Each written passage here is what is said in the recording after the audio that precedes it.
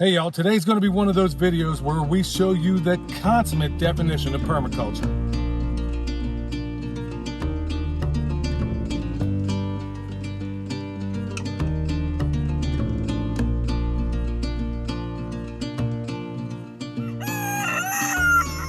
All right, right on cue. Every time I go to persimmon film my rooster, he starts tripping.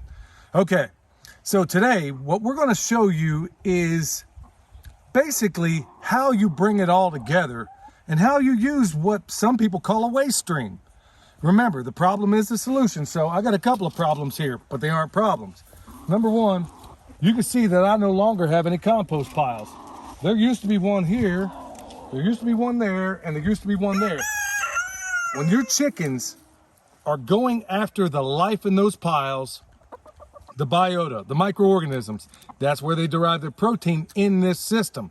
When they do that, this is what you want to see. That's not a bad thing.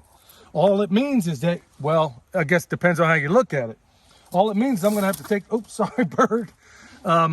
She'll get over it. I think she's all right. Anyway, what it means is you're going to have to pile them things right back up and let them go back to work again. That's a wonderful thing. The chickens are happy. They're scratching it out. They're doing what they do. Okay, but today, because they have scattered them all over the place, it's not a big deal. We just imagine where a pile should go and then just pile it back up. But today, we're going to employ what we did in the last video. Basically, the byproduct of chicken or any processing is going to be guts or skin or feathers or bones, whatever you got. That's going to be the byproduct of when you do those things. Clearly, the last video, we just did a pig. So we got all those guts. Now over here in their old compost cage, we went ahead the other day. This is the one that's about to flip. This is where we put a lot of those bones, you see?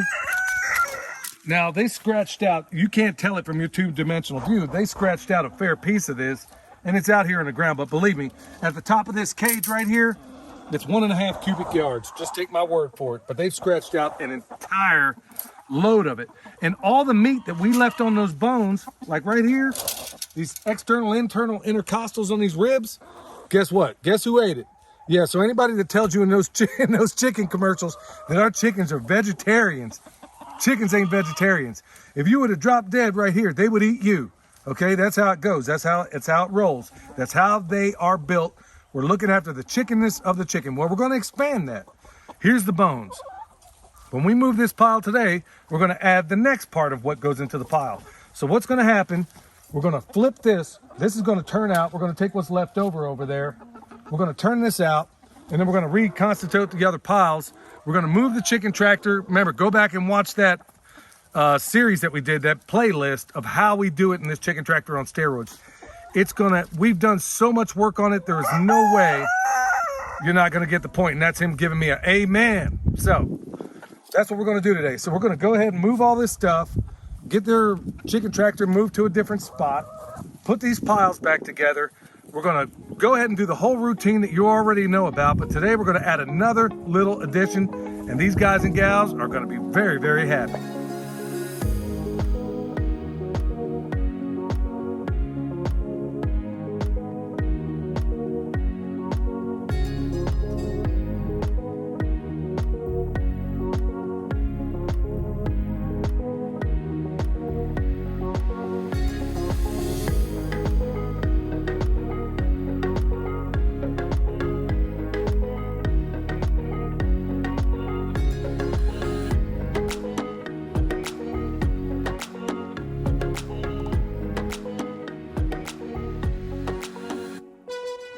All right, y'all, piles are put back together.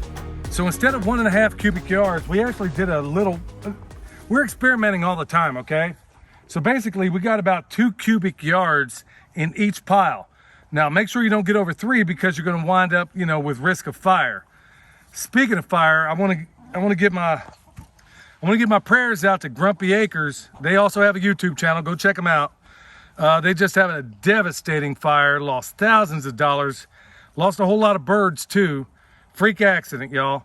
So go check them out. And the biggest reason I want you to check them out is the astonishing attitude he has after having suffered a horrendous loss like that. And also a couple of miracles, in my opinion, unfolded at the same time. So go check them out. All right. So with that said, Got a pile there, got a pile there. We're gonna start a brand new one. We're basically gonna take that tractor, I'm gonna situate it over there. We'll do their cage, we'll get that all squared away, move the fence, give them some green grass because it is kind of getting green now. And then we're off to the next thing.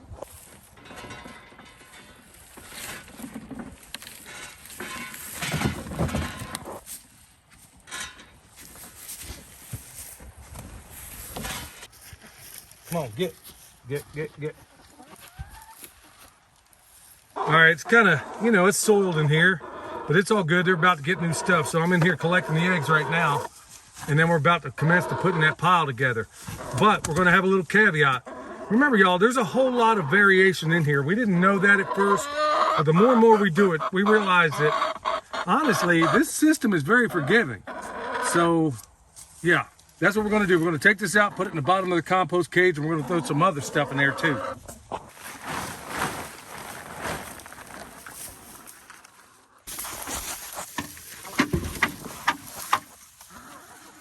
All right, y'all, here's where the rubber meets the road. Okay, so we got the bedding from the inside. We got a variety of materials here. Let me go ahead and put those eggs out here for now. Okay, these are, William does a lot of wood carving, so check it out. This is rough, but it's all good. I don't mind one bit because it's all, everything we're doing here, I'm setting it up to go around the trees, the new trees we're putting in. So if I got more wood in here and it makes it more fungal dominant, good for me. Okay, this is from the stall where the bull's at. Now we did it, when we had the pigs in the barn, we gathered theirs up too. Put it out here. It's going this way, the ground's going that way, so you want to try to, in this system, if you can, situate it on the uphill side. Believe me, they're going to scratch it down. Remember also, if you're going to use this in your garden, you probably don't want to add the wood. This is more, like I said, I know where I want to use this stuff. Think about it, y'all. So far through the winter, we probably had stacked up 20 cubic yards of compost all the way up and down here. When you see this shirt, in fact, I have it on right now, always be composting. Look, y'all, that's not just a joke. By the way, if you want that shirt, go check out Eric Sider's YouTube channel.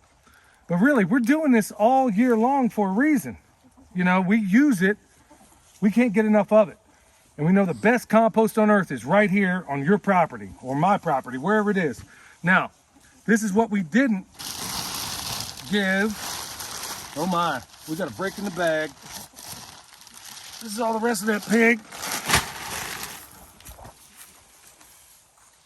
We'll see if the chickens, they're on new ground over here, but we're gonna see if they want this. They'll get to it, believe me. It's just a matter of when. Now, what do we have in there? Y'all, we don't waste anything in permaculture. That's what I'm trying to convey in this video. There's a little bit of fat attached to the hide. All the organs are down in there, everything. And look at this chick, he's wasted no time at all, went right to it. So look, we feed these chickens basically everything but chicken. We feed the pigs everything but pigs. Yeah, I think you get the point. Okay, so at the end of the day, I got more stuff. Now, you want to try to do this in the morning, and if your chickens are anything like mine, they're probably going to knock out most of this in the course of a single day. What they don't get, you're going to want to cover up.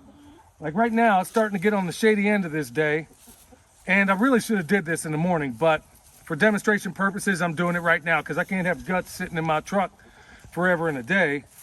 So what we're going to do is basically set it down here. I'll let them work on it a while.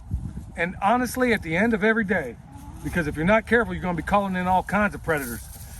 We're going to take more carbon and cover this stuff up. Now, is it going to be perfectly perfect? No. But guess what? Right down there in that ditch, I got a livestock guardian puppy that's going to go Old Testament on anything that wants to get in here and mess with these guys. Plus, they're going to be secure inside of this thing, inside their chicken house. But right now, they seem pretty content. We'll just walk away for a minute, see if they'll come back to it. So there you have it. Every single day, y'all, like I always say, every single day, at the end of every day, you should come back, throw more carbon on top. Feed them out here, your food scraps, whatever it is you got, put more carbon on it at the end of the day. You dig? And just remember, y'all, these organs, I'm gonna back off a little bit and let them kind of do their thing. Remember, if you add organs and stuff to that, it adds as a nitrogen, okay? Especially in an 18-day compost. This is a 30-day. And look at this. They're already doing their thing. They're doing the chickenness of the chicken. So they're already, you're gonna have a couple of them. We'll back off a little bit here and they'll be on that thing like white on rice. All right, y'all. So just to kind of recap, look at that compost down there. I mean, that stuff is fantastic. This stuff is breaking down. It's a little bit further behind. And look at this. I also want to point out that typically we take their compost cage. Every time you've seen us do it, it's always in front. I just situated it here on the side just to show you that it doesn't have to be that way. Use your own imagination. Push this thing to the limits. I mean, I know we certainly are. And especially in this day and age where, you know, everything is on a knife's edge, it seems. You know, we got to come up with pretty cool ways to feed these animals. Because as anybody knows, it's not going to get any cheaper.